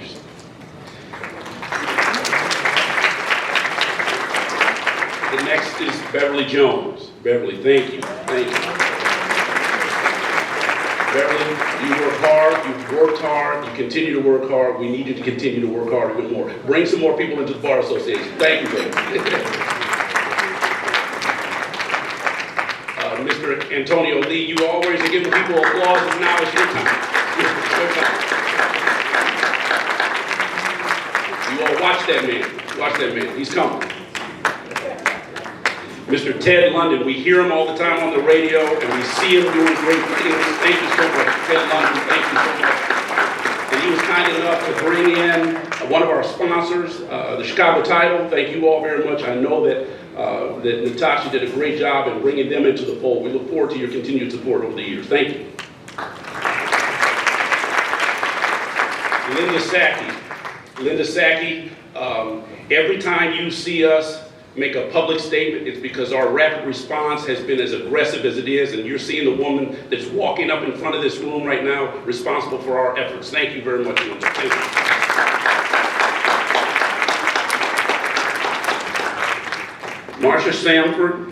Marsha Sanford, thank you so much. Where are you? Where are you? I don't see you, but thank you so much. Thank you for everything that you do. Thank you. Kendra Spearman is our our chair for our criminal committee. Thank you so much for what you did this year. You made sure that young people that didn't have presents for Christmas, they got them this year, and they also got a whole lot more. Thank you, Kendra Spearman.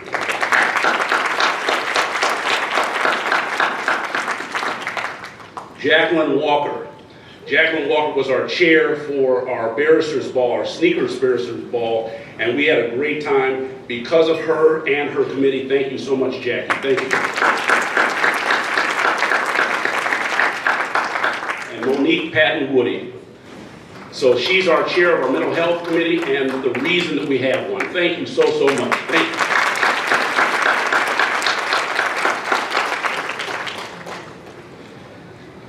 So I'll just say this, I look forward to serving you and this Bar Association. And I am going to ask our esteemed Mistress of Ceremonies to do something that we're all here to witness. And that is this, oh, I forgot one. See, that's why they're kicking me out. Oh my gosh, Jalen McClinton. So this young man, Jalen McClinton, he is responsible for going around to all of the balsas, which is really the home ground, like the bedrock of what it is that we do. And he's gone around, he made certain that he contacted all of the chairs throughout the city of Chicago, and he contacted them for purposes of helping us to partner with one of our sponsors, Chapman and Cutler. We had a phenomenal event because of this young man. Jalen, thank you so much. I forgot y'all to know.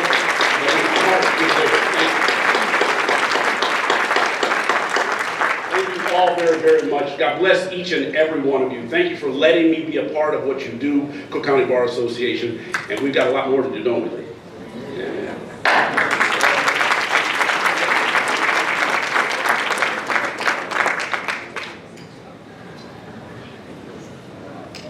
Good evening.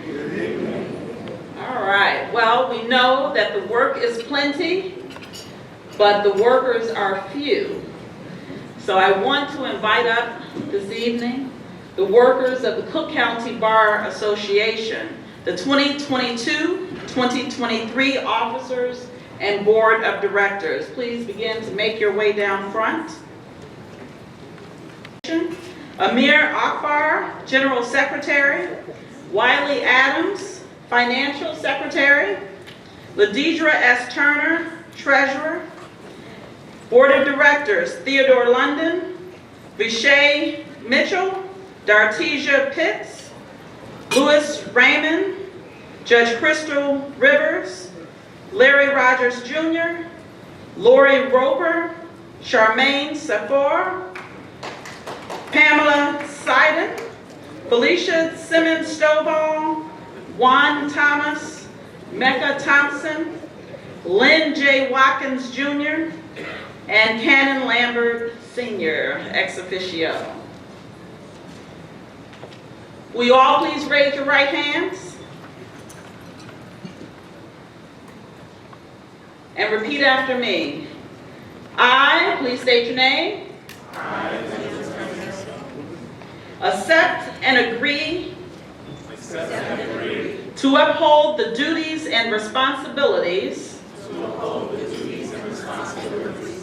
of, and state your position, of the Cook County Bar Association. I agree to be governed by the association's bylaws, policies, rules, and procedures. I agree to act in the best interest of the members of the association. Congratulations, you are hereby installed on this June 24th, 2022 as the 108th year officers and board members of the Cook County Bar Association.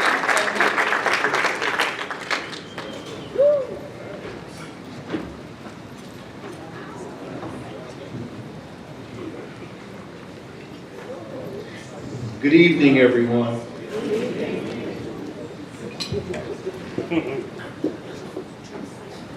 You know, I feel very comfortable being in this place. And maybe it's because 25 years ago, I became the president of the Cook County Bar Association. So this is a very special evening for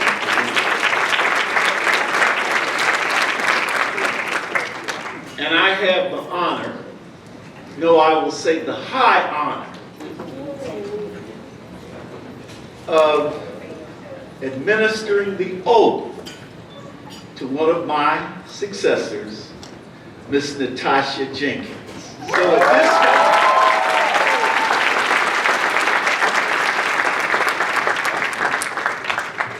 I'd ask for Miss Jenkins to please step to the podium. Miss Jenkins, are you ready for me to administer the oath? I am ready. Please raise your right hand and repeat after me. In accepting the office of President of the Cook County Bar Association, will you discharge to the best of your ability all the duties of the office of President? Please respond by saying, I will. I will. Will your objectives comply with the mission of the association? Please answer by saying yes. Yes. Will you uphold the professional standing, honor, and dignity of the association by example and precept? Please answer by saying, I will. I will. Will you be governed by the association's bylaws, policies, rules, and procedures established by the board of directors? Please answer by saying, I will. I will. And will you work diligently and faithfully for the advancement and betterment of the association and its members? Please answer by saying, I will. I will. It is my pleasure to declare you installed in the office of President of the Cook County Bar Association, America's oldest and finest African American Bar Association in the United States and in the world. Congratulations.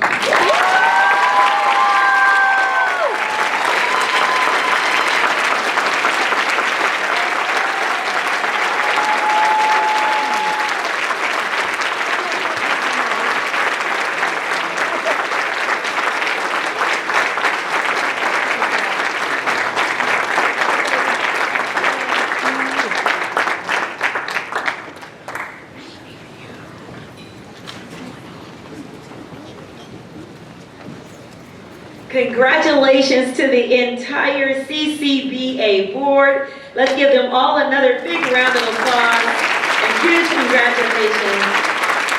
And at this point, I'd like to bring up to the podium Dartisha Pitts, past president of the CCBA, to come to the podium to introduce President Jenkins. How does that sound?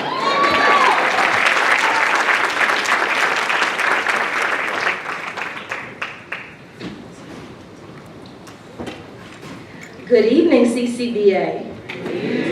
It's good to see you. Attorney Crump, your message blessed me. I don't know about how the rest of you all feel, but I was. It reminds us all, Black practitioners, no matter where you sit, how heavy the journey can be, how heavy the lift is. So, and we all wear that crown proudly, right? But good evening, distinguished members of the bar, family, and friends. My name is Dartisha Pitts. I'm one of the past presidents of the Cook County Bar. Tonight, I have the very distinct honor of introducing to this body Natasha Alicia Jenkins, Sandra's baby. Hey, Mom. Our newest CCBA president. Just for a quick background leveling, I've watched Natasha, or Attorney Jenkins, grow into the professional woman that she is, as I've known her since she was about 14 years old. She is a very good friend of my younger sister, Gianni, who is also here tonight. They were both Link Unlimited scholars. Hey, Jonathan. Hey, Pam. In the same class, and they attended Hamilton College together. So, it is not lost on me that this is an honor to introduce to you Attorney Jenkins today. I've been a front row witness to her journey. Natasha is a native Chicagoan whose roots go deep. As I mentioned, Natasha was a Link student and a Catholic schoolgirl. She left the Windy City to attend college in upstate New York at Hamilton College, where she received her bachelor's in art and history with a minor in government. She attended and graduated from UIC John Marshall Law School. She is a first-generation college student and lawyer.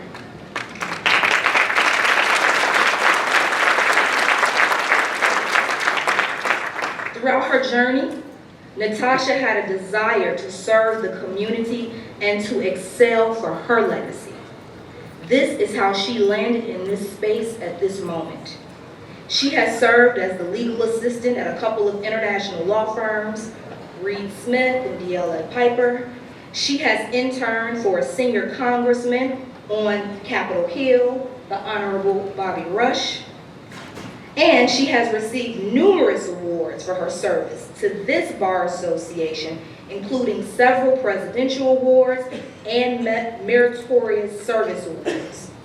She has worked her way up the ranks of our historical Bar Association, serving in various capacities, including holiday party chair, treasurer, every vice president position in succession to her role now, and Young Lawyers Chair. Her service didn't stop with CCBA though. She also leaned into service with her BWLA sisters, serving in various capacities where she was needed. Attorney Jenkins holds various titles, but one of them is also labor and employment lawyer. Currently, she serves as the Labor Relations Manager and Arbitration Counsel for United Airlines, the fourth largest airline in the world. Prior to that, she served as General Counsel of Teamsters, Local 700, the first Black woman in this role. And before that, she served as Senior Attorney for the Chicago Transit Authority, where she represented the authority in complex employment lawsuits and labor matters. She's a litigator, y'all. In our 108-year history, she will now be the 19th female president of the CCBA, the nation's oldest association of Black lawyers and judges in the country. And I want to stop right here just to take a point of personal privilege. And I know we're all united, but can all the past presidents who are women, can you stand? 19 and 108 years.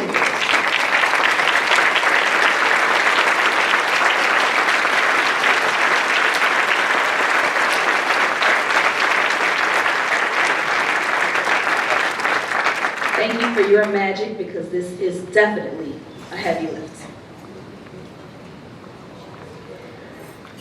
The determinant for future success, as they say, is past success. And while I won't give out the numbers, the sponsorship, Natasha, with the support of her installation committee, has raised they raised so much money for this banquet that I believe they broke records. I'll let the board give those final numbers, but they broke records this year raising money.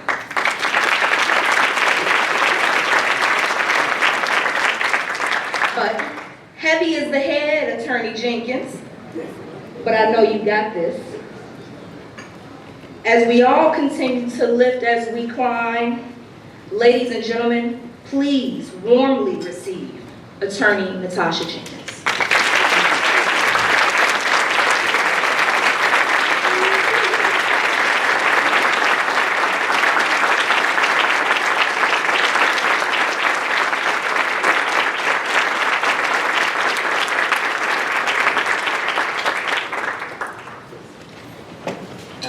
Wow.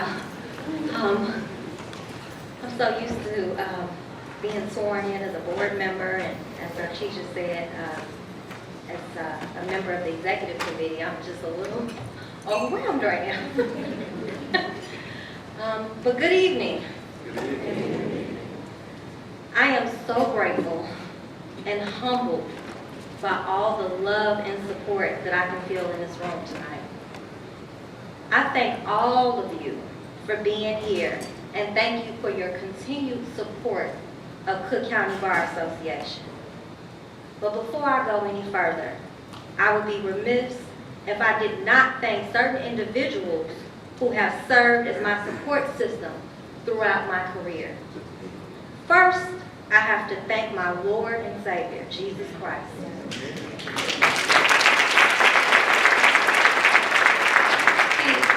let me explain something to y'all. At an early age, my mother took me to church, and she taught me that there was nothing that I could not do without God on my side. I also want to thank you, Mom. Mom, you have always served as my role model, mentor, and my best friend from the day I was born. I thank you for the sacrifices you made to make sure I had everything that I needed to succeed. To my siblings, my dad, and my mentors that are all here tonight, I thank you for being there whenever I need you. Additionally, I have to stop and give a shout out and a warm thank you to programs such as Link Unlimited and Chicago Scholars. Without those programs, college and law school would not have been possible for this first generation college grad from the South Side of Chicago. To my JMLS and CCBA family who has encouraged me and supported me through my legal career, thank you so much. I have to thank my United family that's here as a diamond sponsor, along with all the other, Riley Safer, our premier sponsor, Isher Serve, and all of our other sponsors that are here tonight. We could not do this without you. And I thank you.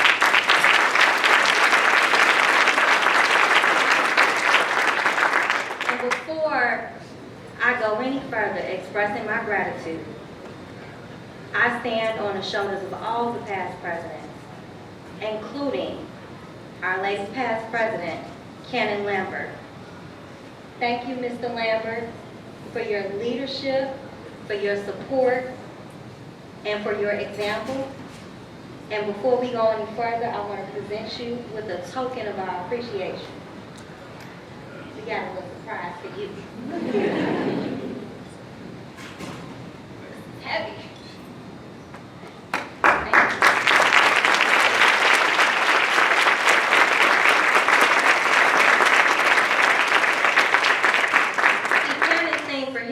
Year was each one reach one. And so I am so grateful to follow in your footsteps and do just that. Lastly, to my sister girls, and I don't want to get in trouble, so I'm not going to name y'all names. I'm looking at some of y'all know who y'all are. Thank you for always being there. Thank you for being my support system. You know, you guys have been an inspiration to me. When we were upstairs getting ready, my mother said, wow, your friends, you are surrounded by some bad mama jams. So I thank you guys for holding me accountable and pushing me every step of the way. I hope I make you all proud this year. You know, when Ida Platt was admitted to the Illinois Bar, in 1894, she was one of approximately 8,000 attorneys in the state. She was the 43rd woman, the 13th African American, and the first African American woman to receive a law license here. Platt, along with Edward White, became founding members of this esteemed organization. Imagine, African Americans with less than 30 years out of enslavement were arming themselves with the tools to be advocates for justice and equality. What an honor. I stand before you as the youngest woman to assume leadership of this 108-year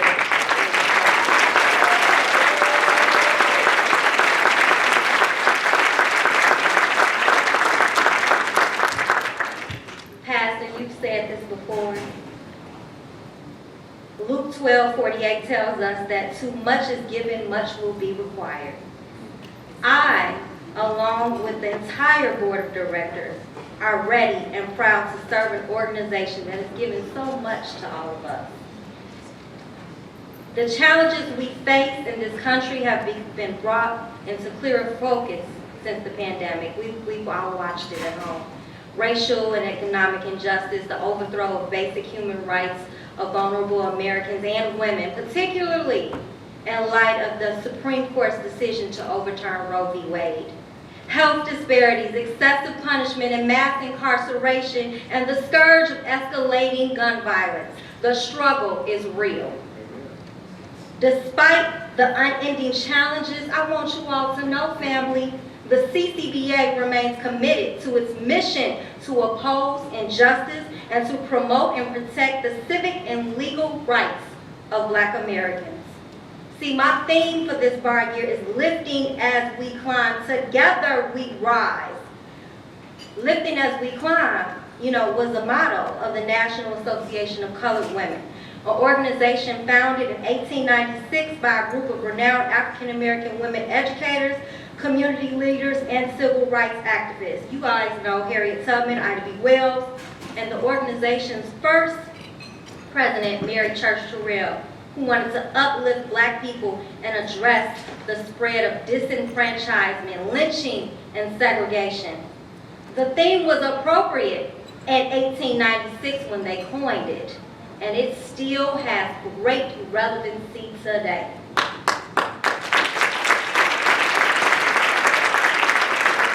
So tonight was about honoring our legacy, and we want to thank our special guests tonight who have been steadfast partners with the Cook County Bar Association. Attorney Crump, one of the nation's foremost lawyers and advocates for justice. I hope you all enjoyed his wonderful remarks tonight.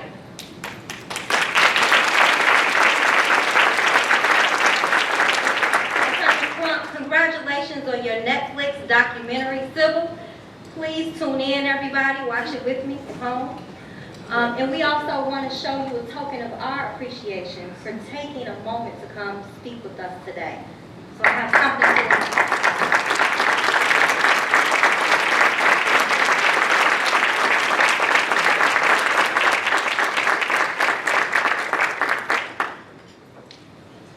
Congressman Rush, you have been an influential American leader in Congress for 29 years. It was our honor to salute you as you embark on the next phase of your service. And I will always be grateful for the opportunity you gave me to take a semester away from Hamilton College and come be an intern on the Hill in your office. Karen Freeman Wilson, who was with us tonight, we salute your passion for equality and social justice. Each of you, along with all the awardees tonight, are examples of what it means to lift as we climb. See, tonight was about recognizing leaders who are carrying forward the legacy of the Cook County Bar Association. We congratulate and thank all of our awardees for being torchbearers, walking in the footsteps of our founders. As a membership organization, the CCBA is committed to mentorship, stewardship, and providing guidance to the next generation of Black attorneys. To achieve this goal this year, I promise you, we will host innovative programs and initiatives to amplify our outreach efforts through collaboration with organizations that share our common interests. This year, we plan to work closely with the law firms and corporate sponsors that are here today on increasing diversity and retention.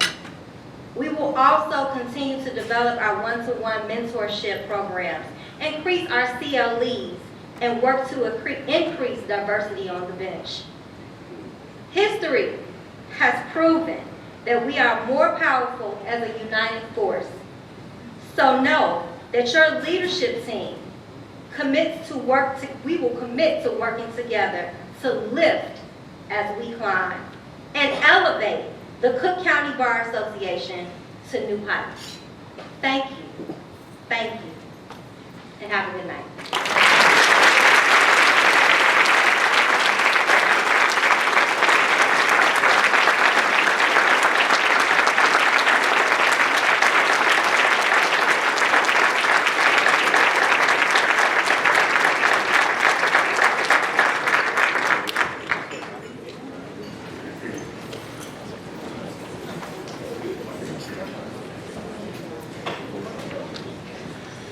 Good evening. I am Nicholas Cummings, the Vice President of Committee on Committees, and one of your co-chairs for this evening's event. I realize I'm the last thing between you and the after party, so I'm going to make this brief. First, I want to thank each and every one of you for coming out. Understanding that post-COVID, it's exciting that we can gather in a room like this again. So we really appreciate your attendance tonight. Just as a reminder, dues are due July 1st. Second, I want to again thank all of our sponsors, from our Premier, Platinum, and Diamond sponsors, all the way down to the Friends of CCBA. You are all appreciated. I believe it was past President Pitts alluded to the fact that we broke some records this year. So your support is very, very much appreciated. I, as the chair, set a goal. President Jenkins set a goal, and both of those goals were surpassed. So we thank you for your support.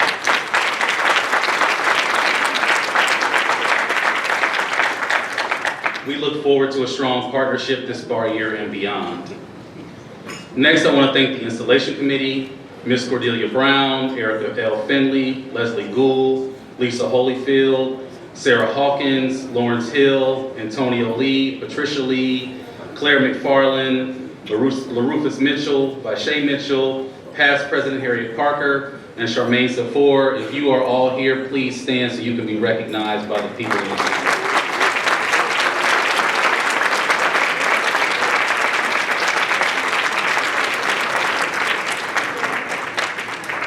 I also need to shout out those law students that supported me this afternoon to set up this beautiful room, but then abandoned me when I sat down to eat. Thank you to the Chicago-Kent College of Law, my alma mater, and the students from there for their hard work this afternoon. Thank you very much.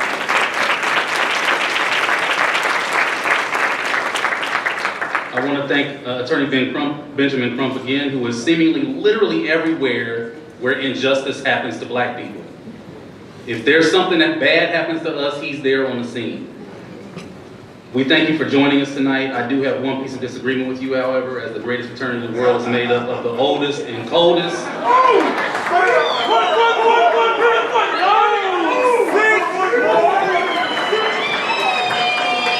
It explains why this room is so chilly.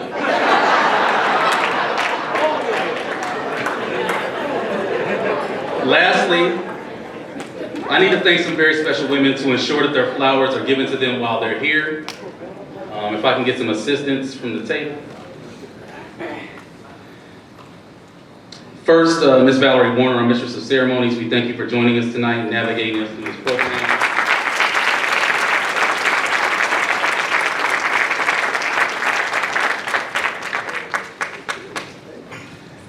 Next, our President, Natasha Jenkins. In 2018, while we were both at the Chicago Transit Authority, Natasha asked me for support in becoming the Vice President of Education and Information.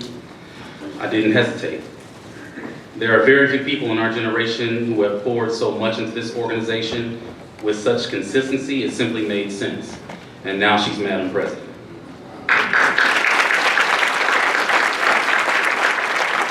Next, who I had to drag in the room kicking and screaming, Cordelia Brown and Lisa Holyfield. This bar simply doesn't work without them. You can come to the front, it's fine.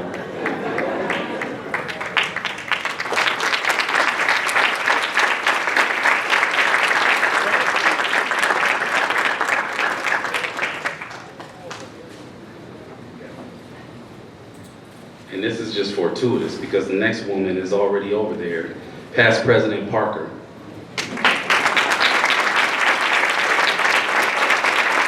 I don't think she realizes how much she helped me put this together tonight. So thank you, Harriet. And last and definitely not least, my co-chair, Kalia Coleman. Kalia, if you can come up and say a few words before I deliver the benediction to get us out of here.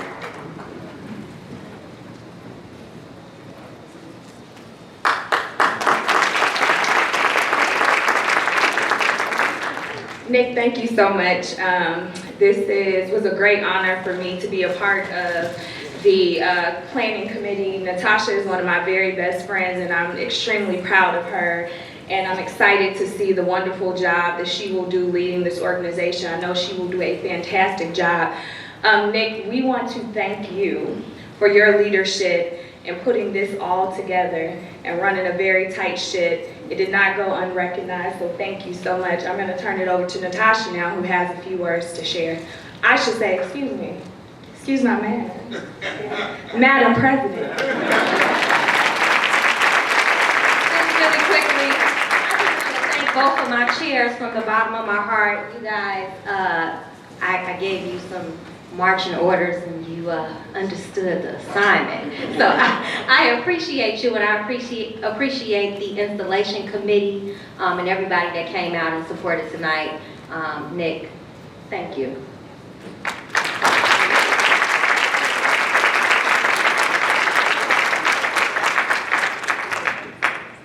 All right, so those of you that didn't know me, you didn't even know I was a man of faith, did you? So I'm gonna ask you guys to bow your heads for me, please.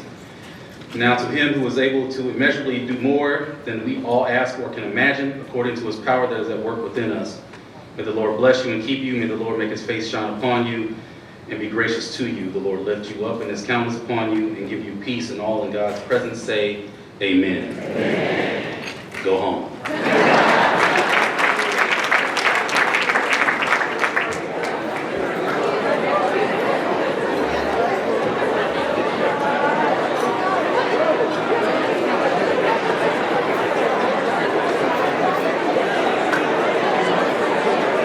The last thing, our installation committee, your work is not done yet, so don't run out of here. If you're on the installation committee,